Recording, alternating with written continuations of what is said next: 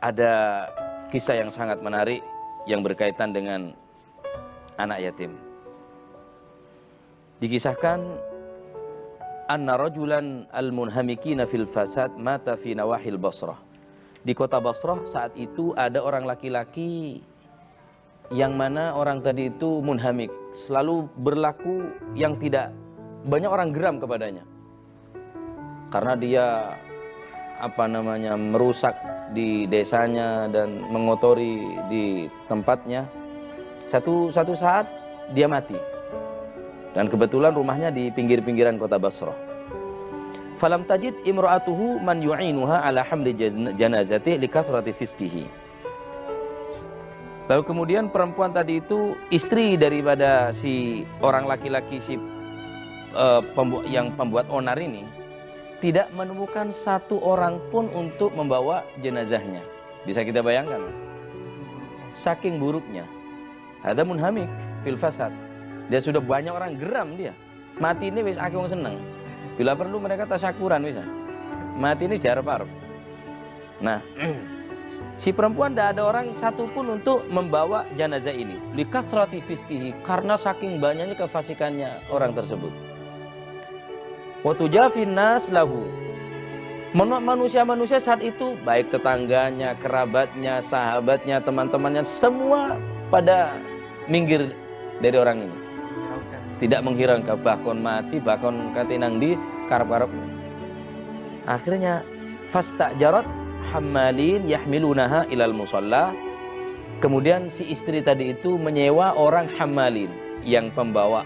Biasanya orang yang tukang bawa dia sewa. Tukang panggul. Fama shalla alaihi ahadun. Subhanallah, tidak satupun orang yang mau menyolati orang yang fasik ini. Kayak apa dosanya wallahu a'lam sudah. Nah, di sini sak jelek-jelek wong sih ada orang yang mungkin mau menyolati. Ini falam tajid tak satupun menemukan ahadun yang mensolatinya. Fahamaluhu ila sahra. Lalu kemudian diperintahkan oleh si istri, ya sudah kalau memang tidak ada orang yang mau menyolati, sudah taruh di mana terserah. Mau taruh di jalan silahkan, mau taruh di tepi laut mau terserah. Fahamaluhu ila sahra. Kemudian orang tadi itu dibawa ke Sokhro, tempat yang lapang gitu. Sudah ditaruh di oro-oro gitu, di padang pasir yang tidak ada orang.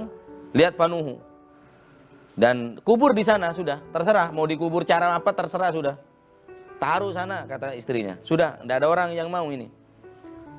La subhanallah, wa kana bil gurbi minal maudhi' jabalun fihi rajulun minaz zuhad al-kubar.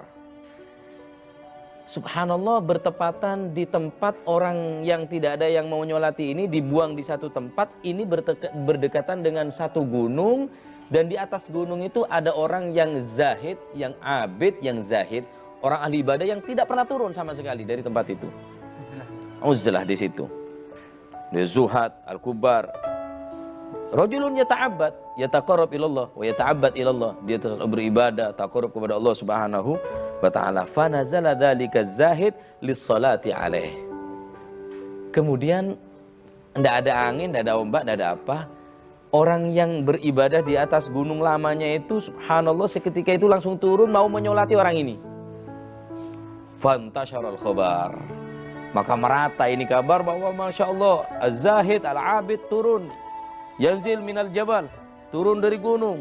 Ini rame fil balad, sudah rame berkerumun orang-orang bahwa ini kalau bukan orang hebat tidak mau turun.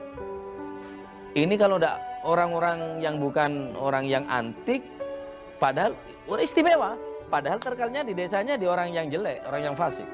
Dan tidak satu pun orang yang mau menyolati. Tapi ada orang yang az-zahid al-kabir, orang zahid yang besar, dia mau menyolati, seakan-akan ada suara yang memerintahkan beliau untuk turun dari tempatnya. Fasallu alaihi ma'az zahid. Karena khobar ini sudah semakin rata, semakin banyak orang yang tahu, fasallu. Maka orang-orang tersebut ikut menyolatinya bersama dengan orang yang si ahli ibadah tersebut. Fata'ajjabu min salatihi alaihi. Orang-orang pada kagum kepada siapa? Orang yang tidak mau turun dari tempat ibadahnya ini. Kok bisa turun dari tempatnya antum? Wah, ngerang ini terkenal fasik. Tapi antum turun untuk mensolati. Faqala lahum innahu qila fin naumi anzil ilal maudhi'il fulan. Maka aku waktu tidur, di waktu tidurku aku bermimpi ada suara yang menyuruhku anzil ilal maudhi'il fulani.